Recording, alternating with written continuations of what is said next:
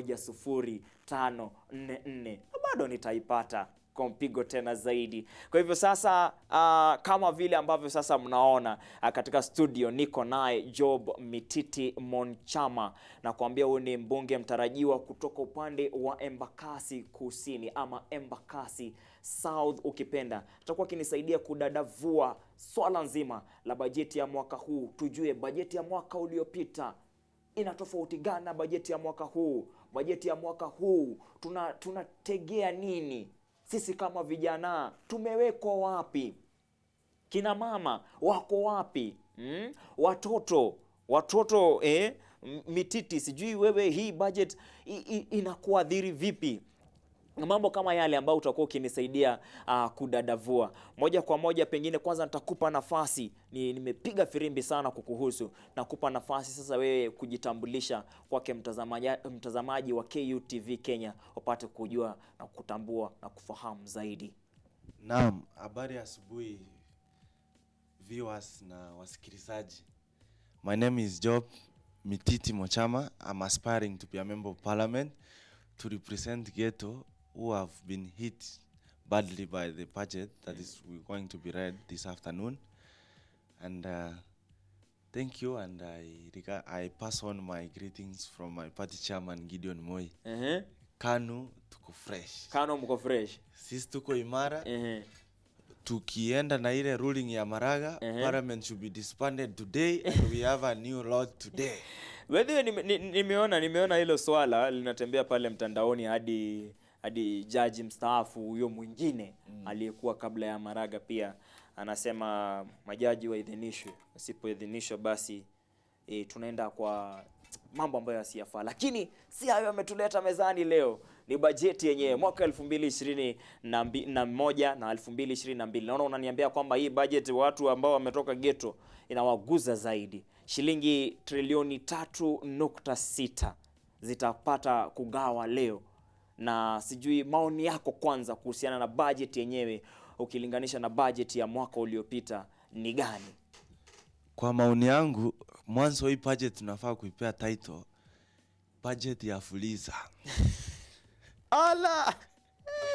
Kwa sababu ya kile ambacho kinajulikana kama deficit. Fuliza, hii ni budget ya fuliza. Hii serikali yetu ya Uhuru, Mheshimiwa Uhuru, since 2013, ukikombea na budget ya miaka zingine, I think you'll be wrong if you say easy budget ya fuliza.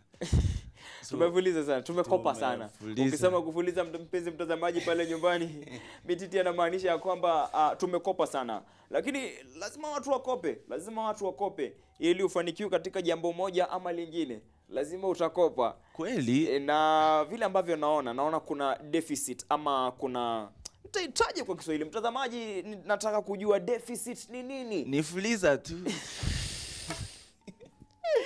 Deficit ni fuliza, basi nitaita fuliza. Tuko na fuliza ya pesa takriban trilioni 1.7. Hizi hazijulikani mahali zitatoka, lakini lazima zikue ili kukadiria bajeti yenyewe ya mwaka huu. Bajeti yenyewe inaona kuna bidhaa ambazo zitapanda, lakini kabla ya tujongelea vitu ambavyo vitapanda, kwanza kabisa tuongelelee mgao ambao umepewa executive na vile mgao ambao umepewa judiciary na parliament. Naona kwamba executive ni serikali, idara ya serikali. Unajua idara ni 3 ambazo zinaongoza serikali. Kuna idara ya mahakama, idara ya bunge na idara ya serikali inajulikana kama executive. Wamepewa shilingi trilioni 1.83, 1.83 trillion. Hizi pesa ni mingi kuliko fuliza ambayo tuko nayo, fuliza ya trilioni 1.7 na mambo kama yale. Kabla tujaguzia idara hizo zingine mbili, unaonaje? Hizi pesa ni mingi kwa serikali kuu? Kwa kusema kweli, the government needs money. Hiyo pesa sio mingi ikitumika sawa sawa. Ile shida kubwa iko Kenya hii, ulivyokumbuka Mheshimiwa Rais mwenyewe alisema we lose 2 billions a day. So niambie budget ya sasa wamepewa close to 1.83. So minus 2 billion already. Hizo ni za leo. Na hizo ni za leo peke yake. So niambie for the next 366 days times 2 billion. Unaona hakuna kitu inatumika huko. Hatuwezi fanya kitu, hizi pesa ambazo zinapotelea hapo katikati zipungue angalau kiasi. Bilioni 2 ni mingi. Bilioni 2 ni mingi kusema kweli. And we have even institutions to fight for corruption. Lakini shida kubwa, even the institutions that are supposed to fight for corruption, they are corrupt themselves. So I think BBI was suggesting we have timeline to prosecute corruption cases. And that one will really improve the suffocating elements of this economy. See, haki, or rather it's not fair, mtu alipa pesa 2013 anachachiwa 2021. After ameshapata pesa mingi za kujitetea pale katika mahakama. Hiyo ndio shida. One of the things that are suffocating economy is not even borrowing. Sisi hatuna shida na rais kukopa pesa. Hata sisi tunakopa Safaricom. Lakini si ukope pesa upe Ministry of Youth NYS waanze kufagia barabara. Something they could have done even willingly. We have so many youths. Watu wanaweza kujitolea. Tunaweza jitolea, twende tufagie. Hadi mitaani, hadi nyumba zetu tunaosha. You don't need to borrow money to sweep our streets. Wanaskauti usema fagia pako ni fagie pangu. Kwa hivyo hatuhitaji pesa zichukuliwe zipelekwe watu wakafagie. Tunahitaji pesa, zilete pesa zingine. How many still stalled projects of government? Kwa hivyo wewe, kulingana na wewe Mititi, hizi pesa si eti vile ni mingi. Matumizi yake ndio nafaa ikuwe mingi kwa sababu zinapotea pale katikati. Unasema trilioni 1.83 zikitumika vizuri, basi idara ya serikali itakuwa inafanya vyema. Lakini tukiangalia idara ya mahakama, the judiciary, wamepewa bilioni takriban 19. Na ile ya serikali imepewa trilioni 1.83. Hiyo ni kama, hata tuwezi sema ni mara 2 au mara 3. Ni pesa mingi zaidi. Sasa hizi za idara ya mahakama ni pesa kidogo ama ukilinganisha tu na zile za serikali kuu? Kwa mahakama hiyo ni kidogo tunaweza sema, because the immediate former Chief Justice Maraga used to complain about finances. Lakini I can give, of the 3 arms of government, we can give credit to judiciary. How to ndio watu wametumia pesa yao kikamilifu kulinganisha na the other 2 arms of government, which is parliament and executive. So kwa maoni yangu, leo hii ningekuwa bunge, I could have sent the budget back to sender so that to give judiciary more power than executive. Because they are really trying, and I believe even Nudin Aji, they need more money and so that to work with the speed. Actually, as I said earlier, the only money we are losing as a country is through corruption. The other things are excellent. Ufisadi, be it government level, be it county government level, be it KU, be it primary schools. Corruption ndio inaweza kutuangusha na kutupromosha sisi kama nchi. Lakini naona siku hizi Kenya inafanya vyema, ama sijui inafanya aje kulingana na wewe, kwa sababu kuna wakati tulikuwa namba 4 Afrika katika ufisadi. Siku hizi naona tumetoka hapo kwa tukuku chini. Naona kama tunaendelea vizuri ama bado yale ni porojo tu za mitandao. Siwezi sema tunaendelea vizuri au vibaya. In first place, why should be in the list of corruption? Hapo sasa ndo nasema unaponga msumari. Mbona mwanzo tuwe katika hiyo misani, ama why should we be weighed in terms of corruption? Mtazamaji, kuongeza uzito usemi na maoni yake Job Mititi, nimejishikia gazeti hapa hivi. Tuangalie maoni ya Wakenya wengine kama wewe yanasema nini kuhusiana na bajeti ya leo. Ni bajeti ambayo imekuwa ikingojewa kwa hamu na gamu, kwa sababu inakuja wakati corona inatupiga kwa mwaka wa pili Mititi.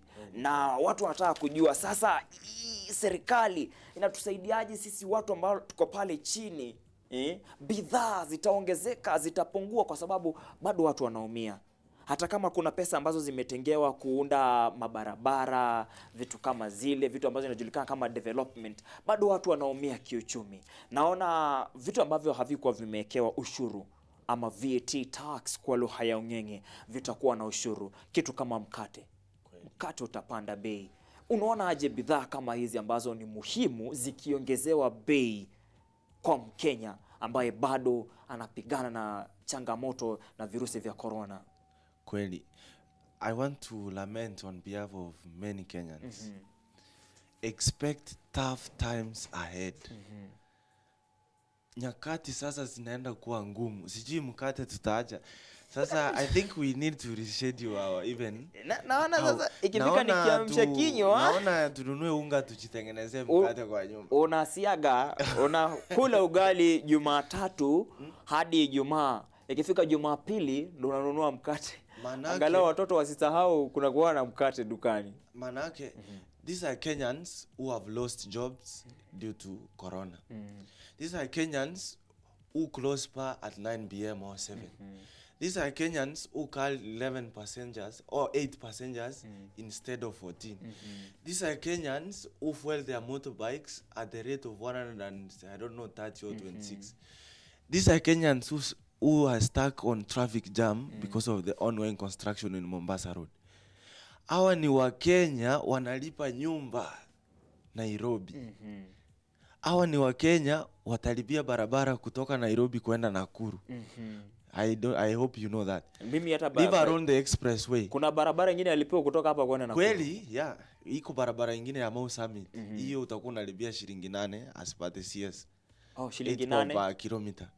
And the expressway you pay 10 shillings per kilometer. So I think tukiendelea na tax mara hii hadi tutakuwa tax ndio ukue na mtoto. And then the government inataka kukutax na una kazi. Inafika mahali ukifikiria wewe unataka mtoto unatoa ushuru na unaandikia serikali na waambia mwezi ujao mimi nataka naona nikifanya mambo.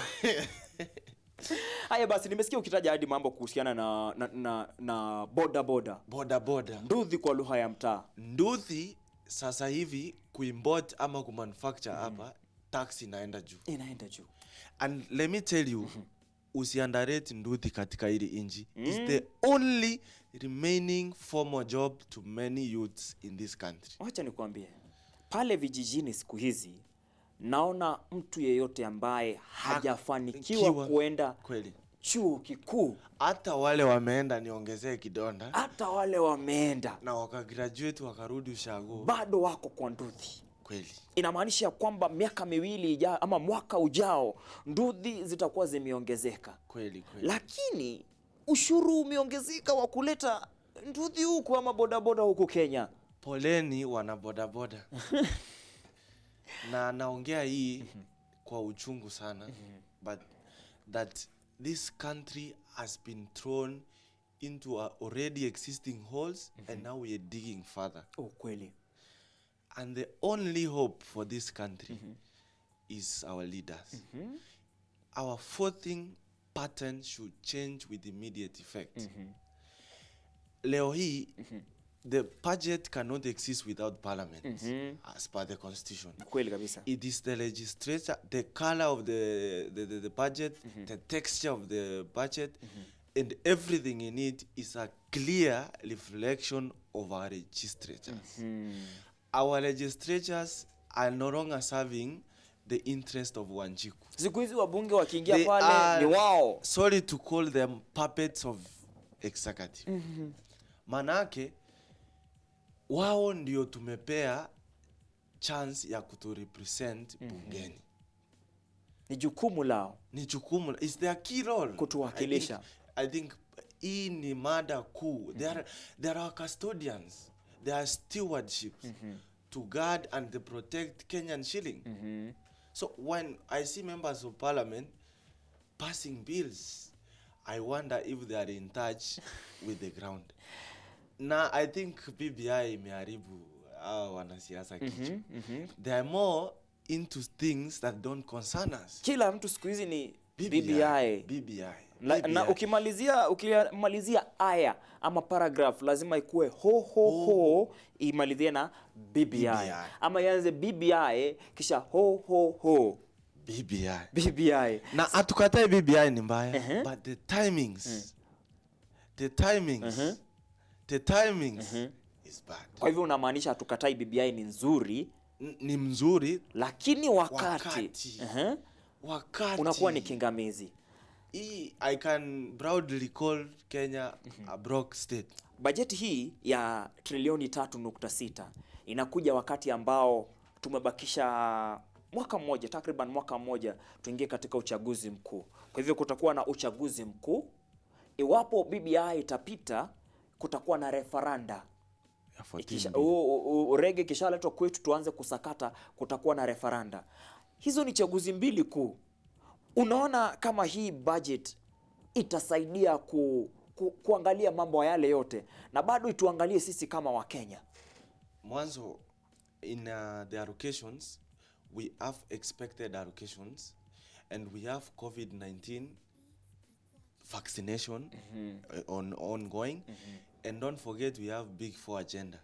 And now to add pressure on it, add 14 billion for BBI.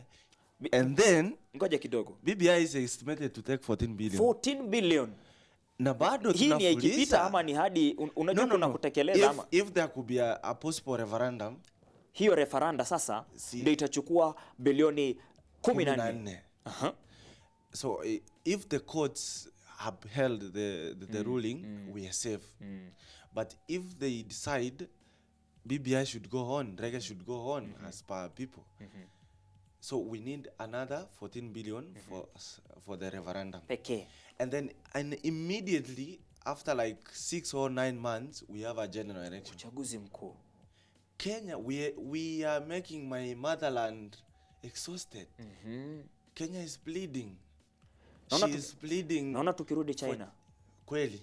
Tarudi China. Kabla uchaguzi wa mwaka 2022 China toka tumerudi mara kadhaa.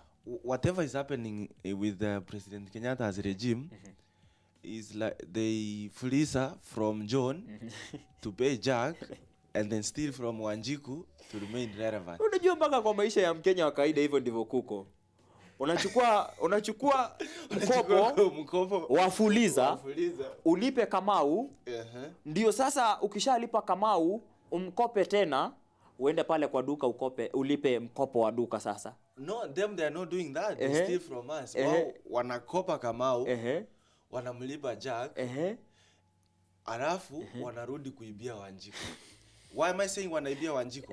Si kuna vitu mambo hatukuwa na tax before. Now hata machani chai, things that we produce locally. I mean, kuna ushuru. Gentlemen, Kenya is a country that exports more raw materials than we manufacture.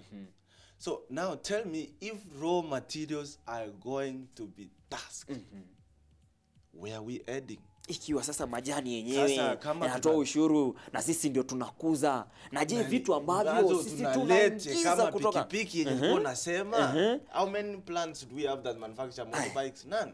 Tushikilie wazo hapo hivyo. Tuingie katika masuala ya elimu.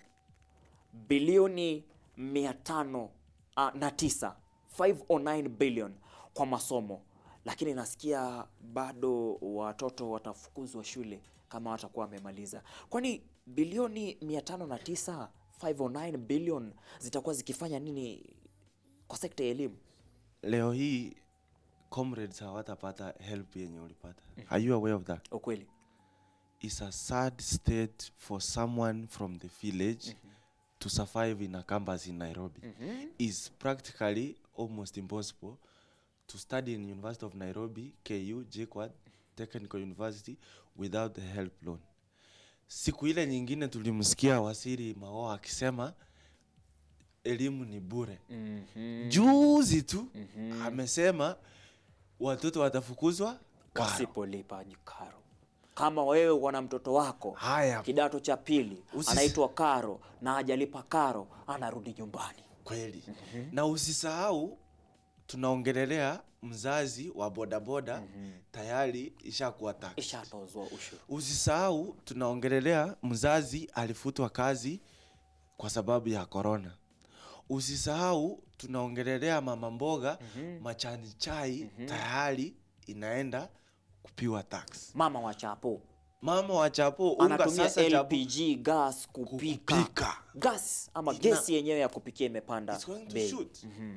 Something has to be done. I think we will do the Marcus way. Aya, tufanye hivi. Marcus way. You saw what happened to the president of France. And I'm not saying that we do that to President Kenyatta, but woe unto you those who are in power. Kenyans are angry. Kenyans are feeling the pinch. And soon or later, tutaulizana sisi mahasela. Sorry to use the word hustler, but it's a common word. Like, sisi watu tunahangaika Nairobi, tutaulizana, tutahangaika hii nchi yetu mpaka lini? Vita itaanza. Niliona hiyo video ambayo ilikuwa ina trend pale katika mtandao wa Twitter. Na siwezi sema ni jambo ambalo naweza kulitaka kuona Kenya. Unajua ni jambo ambalo linafanyaga muonekane nyinyi kama nchi ni watu ambao ni watu finyu. President ama rais wa Ufaransa kula kofi. Pale hivyo katika watu wakiona halikuwa jambo nzuri na ni jambo ambalo limekuwa likifanyika, sio huyu rais hapo wa kwanza. Even Bill Clinton, there was a shoe that was thrown onto him. And so we are not saying it was a good thing, but we can learn the circumstances surrounding the event. Hata hapa Kenya kuna kiongozi amewahi kula bakora kweli akiwa upande wa pwani. Sasa bajeti yenyewe hatuwezi sema ni jambo kila kitu ni dosari. Ina mazuri yake, ina matamu yake. Sijui kama tunaweza zungumzia mambo kama hayo ya matamu ya bajeti yenyewe. Kwa maoni yangu hakuna kitu cha kuchifunia. Manake let me be lenient, we are 2 budgets away from crashing. 2. So hata kiongozi atakaye kuja past 2022 sijui ataongoza nchi gani. Atakuwa hana nguvu. Manake we see the ceiling was 9 trillion. Right away we are about 8.2. So in another 4 or 6 months we run into debts. So in my opinion there's nothing to smile about the budget. Leo hii punge ile vitu tutaona ni maajabu. Mwanzo we should align ourselves as Kenyans. We cry, the entire nation should run into a cry. Watu walie. Manake siku mbeleni. There's nothing to smile about. Ukweli kabisa. Hakuna kitu, mimi siwezi pigia credit. As I said early, leo hii ningekuwa bunge kama mbunge wa Embakasi South. I could have fight, we send the budget back to sender. Na kuongea kuhusu kurudisha budget ama kukataana na yale ambayo yako kwenye bajeti. Mbunge Osoro walikuwa anasema ya kwamba hii bajeti kama haitaeleza ni vipi wanapanga kufidia hii deficit ama hii fuliza ya trilioni 1.7 basi hawataikubali leo. Unaona kama kutakuwa na hali ya mshike katika bunge siku ya leo? Na siasa ya Kenya unajua when we come back to our senses we remember parliament is still divided into Kiereweke na Tangatanga. On this I don't want to take sides, but I want sober members of parliament. We stand firm and we stand with Kenyans. When be it you are from Jubilee, be it from your ODM, wale kama ukweli wanasema awatuelezi hizi pesa mmekusudia. The expected revenue collection, where is it going to come from? Much of it is coming from KRA. And who is KRA? Is Kenyans. KRA ni sisi. Serikali inatupia na hii mkono, inachukua na hii mkono ingine. What are we chasing, man? Let's be sober for once. Ni kamari ya pata potea. Na kabla tujengia kuhusu kamari, kwa sababu kamari imeguzwa na bajeti yenyewe, ningependa tupitie baadhi ya comments pale hivyo katika mtandao wa Facebook. Naona kuna mtu anakwenda kwa jina Timothy Wex, anasema coffee inamaanisha mtu kutoka usingizi. Vile naona mtu anasema anaitwa Eli Kosh, anauliza anashangaa vile wizara ya elimu na wizara ya afya itasaidia na itasaidika na hii pesa. Nikisoma kwa lugha ya kimombo vile ameandika ni wondering education ministry, health ministry as usual will be allocated more money in this year's budget, but still won't change the fact that parents will still have to dig deep into their pockets for schools to run smoothly. #budget 2021. Elikosh upande wa Facebook. Wewe unaona ya kwamba kama hili jambo, unaoneleaje kuhusu hili jambo ya kwamba pesa zitapewa wizara ya afya, pesa zitapewa wizara ya elimu, lakini bado tutahitajika kutafuta pesa zingine ili hali iwe hali katika vyuo vyetu, ili hali iwe hali katika hospitali zetu? Ni kweli, and as we said early, jambo kubwa Kenya hii si pesa. We have no problem with whatever budget they want to read, but accountability, uwajibikaji, hiyo tu ndo shida. Like now we are 8% of Eurobond. Na niambie Eurobond ilitumika kufanya nini? Let's take a project, for example, SGR. The government should be candid and come out clear, like we spend this amount and we are able to recover this amount, but there's no records, there's no record. Ni miradi ngapi wizara ya elimu inaanza na bado haijakamilisha? We have put our hopes in a certain project that perhaps when we borrow we will invest in these projects. Probably, let's say, when they invest in education, it means we will have more graduates who in turn will bring job and skills to the government. But how many graduates do we have today that they are almost redundant? They're adding no value. Graduates are nowadays graduates, we are adding no value to this country. Unapata shahada, bachelor's degree, yes. Unapata shahada ya uzamili, kweli, master's degree, unapata hadi PhD, uzamifu, lakini ukifika pale hivyo uko na ndudhi. Niambie sasa. And that is the sad truth about our nation. Haya, vile vile bado katika mtandao wa Facebook naona mtu anasema, anaitwa Ngor Maye, anasema well said mheshimiwa. Anasema unafanya kazi kuntu hapo hivyo kuhakikisha kwamba tunachambua. Kumbuka hayo ndo mambo ambayo kila siku wanakuambia. Alhamisi ikifika tunajizatiti, tunaongeza kuni, tunawasha moto. Kama ni uchumi tunachapa kuchapa, kama ni siasa tunachapa kuchapa hadi Kenya inyooke. Vile vile naona kuna Dennis SOG anasema all that money. Damn. Man. Hii damn ni kisima ama? No, damn is like is astonished. It's ukistuka unasema damn. Ndio maana uko hapa hivi unanishtua mambo kama haya. Anasema kwamba national, Dennis SOG bado anasema national debt just keeps on increasing. Kenya could be doomed if no changes are made. Ulikuwa umesema jambo kama hilo. Kama hakuna mabadiliko, basi inamaanisha kwamba hata rais ambaye atakuja mwaka 2022 atakuja kufanya kitu cha maana, kwa sababu tutakuwa bado tuko pale hivyo katika madeni na mambo kama yale. Nikisonga mbele, I want to answer the comment on the Facebook. Yeah.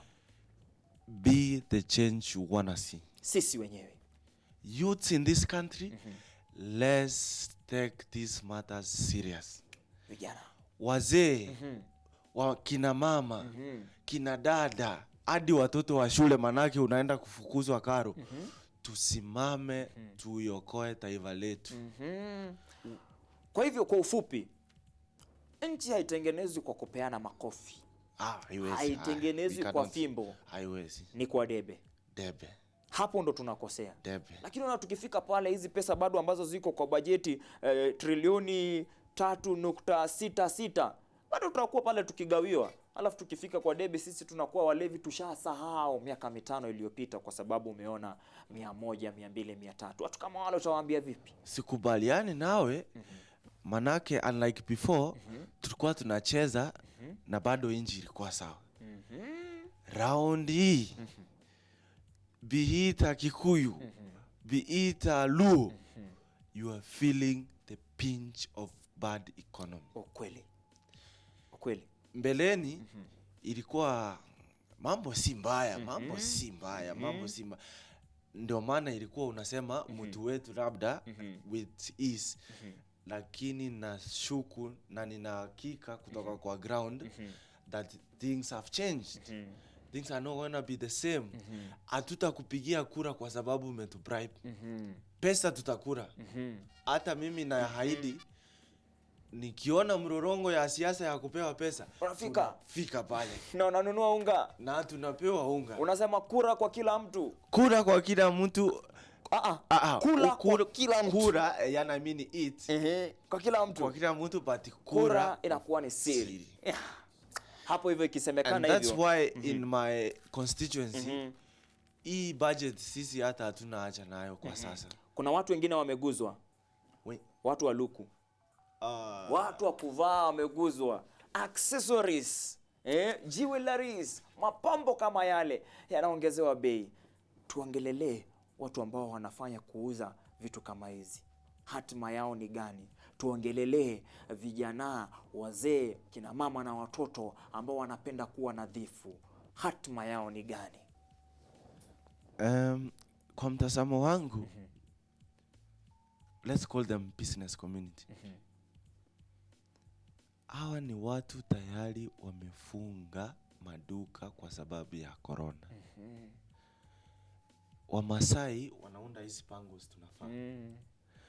Sasa hadi naona hadi zitataka kwa taxi. Hiyo miwani yako, saa yako, modelings. It's going to be practically impossible for artists to perform now. Manake luku, as you know, luku is a factor. Oji sasa, bling bling za oji zijua atatoa wapi. Atakuwa OD ama OH. Sasa darudi kwa OD.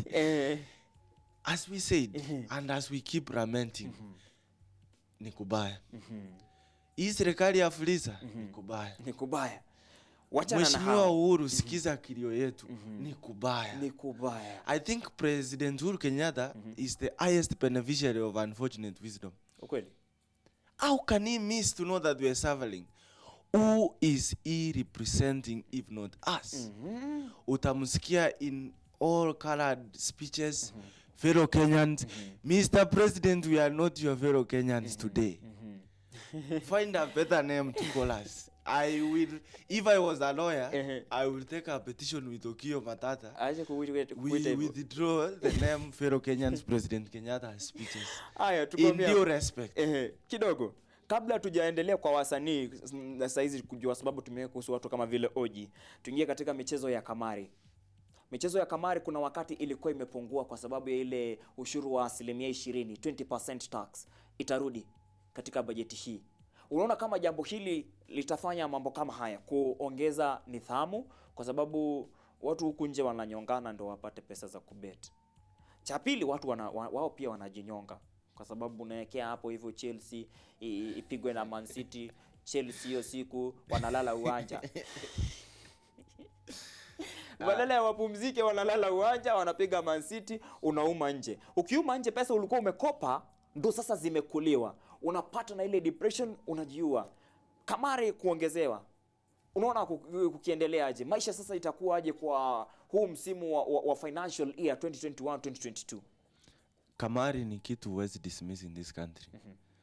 Sport pesa, it's inajulikana sana na inasaidia wengine in a positive way, and especially if you are 18 and below, we will not advise you for that. Na umegusia Chelsea, na sipendi kuongelea mambo ya Chelsea. We as Manchester fans or rather Arsenal fans or Liverpool or Arsenal, kama unazungumzia football, achana na Arsenal. No, Arsenal ni wasanii siku hizi. Tusikue personal kwa mambo ya EPL. Lakini betting, you remember I think it's Matiang'i who introduced taxing. Ukweli. So itaenda kuwa ngumu zaidi leo hii. Wale watu ya Kiptoyet, sana watu ya Kericho na Rift Valley ndio wanapenda sport pesa sana, na kina wale majamaa wanaitwa aje, Kiprof. Ukweli. Pole kwao. Na ukishinda 300, serikali itachukua yake. Na haijabet. Na haina huruma. Haitambui kama Arsenal itashinda. Ama haitashinda. At the last time I checked the site, as you stake, already the tax is included. Kweli. Haya, kuna makampuni haya ya kamari ambayo yamekuwa yakithamini kama vile unapata kampuni fulani ya OD pengine imedhamini klabu fulani, kampuni nyingine imedhamini mchezo fulani na mambo kama yale. Unaona kama huu dhamini ukipungua, spoti Kenya itaenda chini. Kweli, and we are losing more. Remember SportPesa, I think, vacated from Kenya. Na you should, kisha ikarejea. Usiniulize nilijuaje. Usifurahie ukiona kampuni zikikuwa taxed. They find a cheaper market in Tanzania. They find a cheaper market in Uganda. And in return, who will lose? Those are Kenyans who are employed at OD. Those are Kenyans who are employed at SportPesa. Those are Kenyans who are being sponsored. Kenya Premier League was at some point sponsored.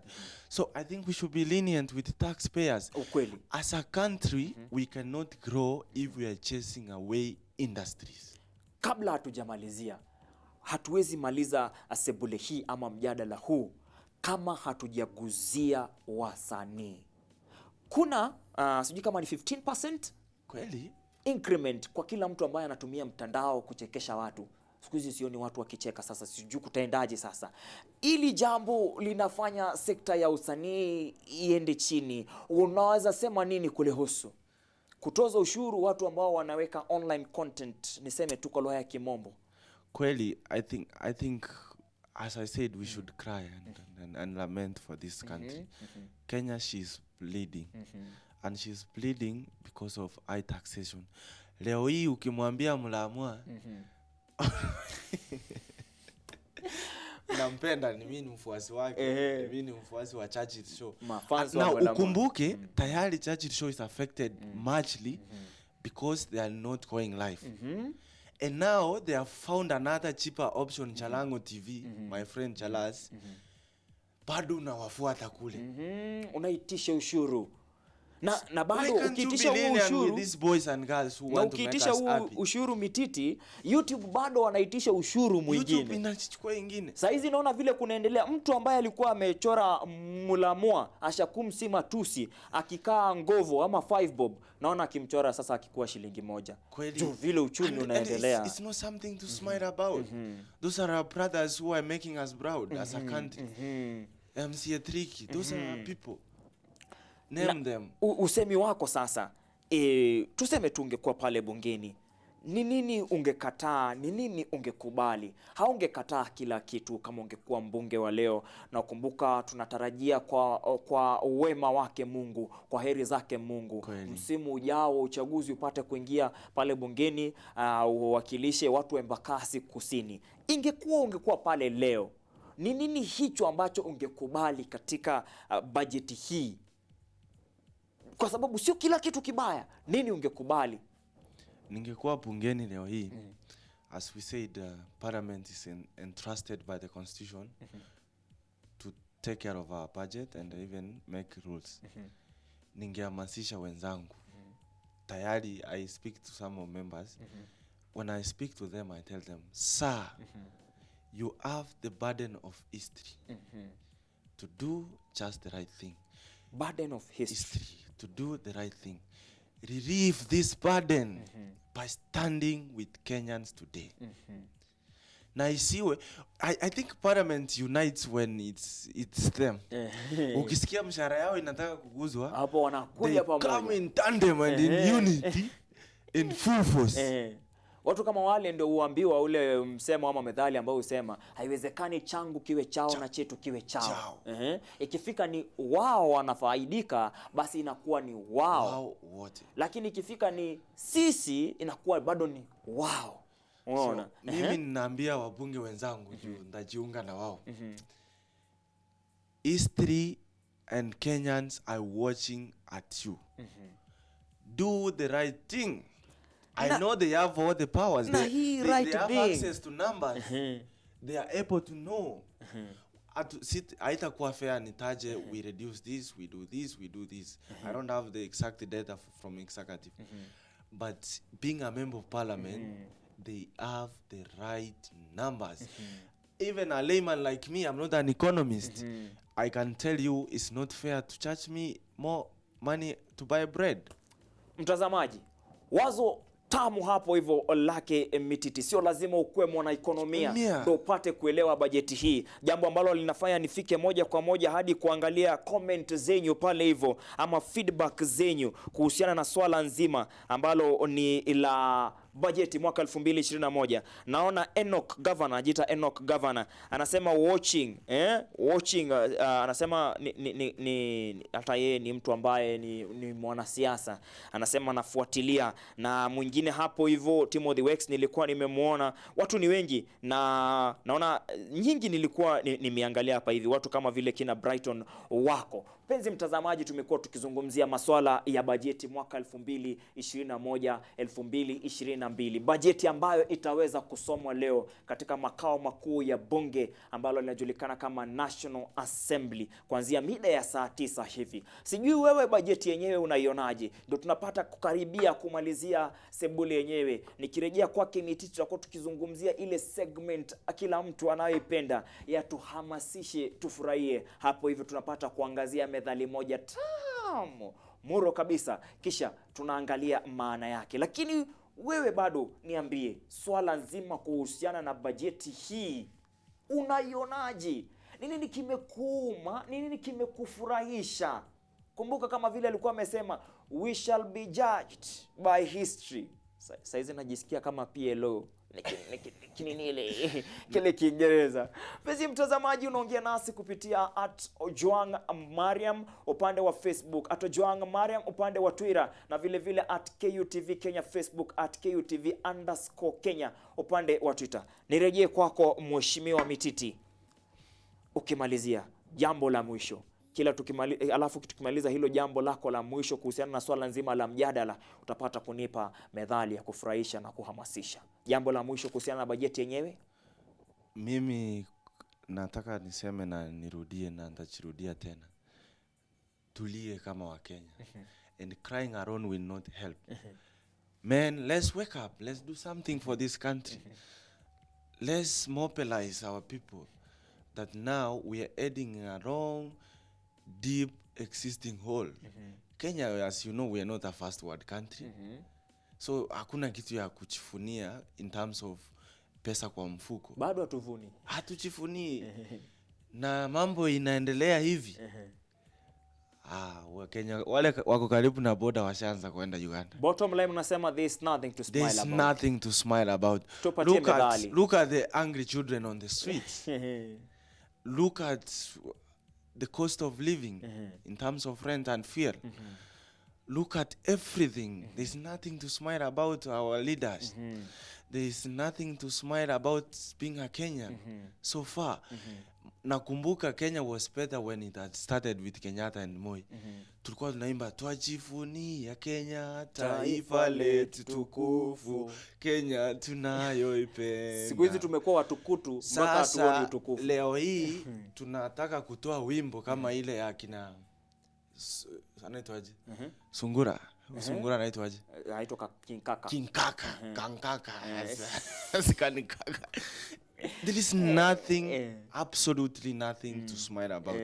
So expect nothing, Kenyans, from the budget at 3 p.m. on Parliament. We will be live, we will be following very keenly. But let's learn and learn to fix this country. Ukweli kabisa. Na nawaomba waisani wema popote mlipo, tusimame, njooni mjiandikishe Mbakasi. It will start by there. Because if I was selected member of parliament today, and this sober discussion we're having, I'm airing on it in parliament, it could have made perhaps an impact. I could have advised President Kenyatta, chunga sana na uchunge, Wanjiku ni wabaya huko nje. Haya basi, tunajua muda. Mimi ningependa tuendelee, lakini muda unanikimbisha mbio. Muda unatupa methali. Kisoko bana. Methali naye darasa la 8 ilikuwa inanichenga. I think you need to be lenient on me on this. Ni sawa tutupe, bora utupe. Tuseme ukiona vielea jua vimeundwa. If you sing the drums of bad economic have started beating, don't expect any miracle to happen. There's nothing is going to change because there's a possibility of fourth wave of corona. Lockdown is about to be affected. Tukiona wameanza kupuliza hizo. Kisumu kwanza itafungwa. Kisumu itafungwa. Ana sitaki kusema ni juu ya madaraka. But you know, wewe unajua ukweli, wewe unajua. Wewe si mgeni Kenya. Hakuna mgeni Kenya hii. Na wanajua najua. Na wanajua. Hata wao wanajua. Wanajua walichokifanya. So tuseme ukiona vielea, jua vimeundwa. Jua vimeundwa. Anakwenda kwa jina Job Mititi. Mwambie kwa heri mtazamaji wetu kwa sababu muda umekataa tuendelee. Mwelekezi wangu wako pale hivyo ananipeleka mbio mbio. Mwambie kwa heri mtazamaji. Thank you for tuning in. Thank you for tuning in. And then my name, as I said, aspiring member of parliament for Embakasi South. My name is Job Mititi Mochama. We will fix this country. In a decade or so. Sisi tutanyorosha. Kwa Kikuyu tunasema nekonyorokia Kenya. Nekonyorokia Kenya. Job will create jobs.